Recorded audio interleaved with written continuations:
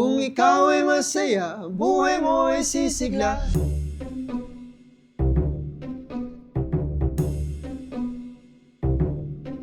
Hello, kami si Coach Miguel. Coach Paulo. At together we are Coach Ben and Ben. At today, gagawa kami ng sarili naming version ng Kung Ikaw Ay Masaya.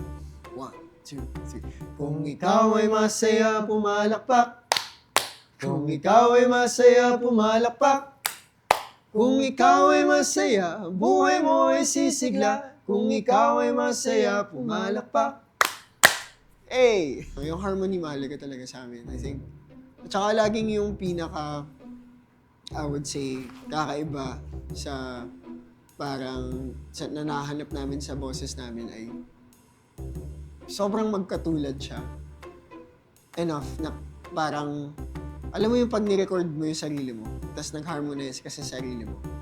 Kami nagagawa namin siya, pero magkaibang tao. Kaya, astig lang.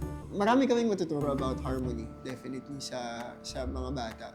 Lalo na since, alam ko magpasok ng battle rounds, parang, syempre hindi lang yun kanya-kanyang singing, pero mahalaga rin kung paano sila mag-harmonize sa isa't isa.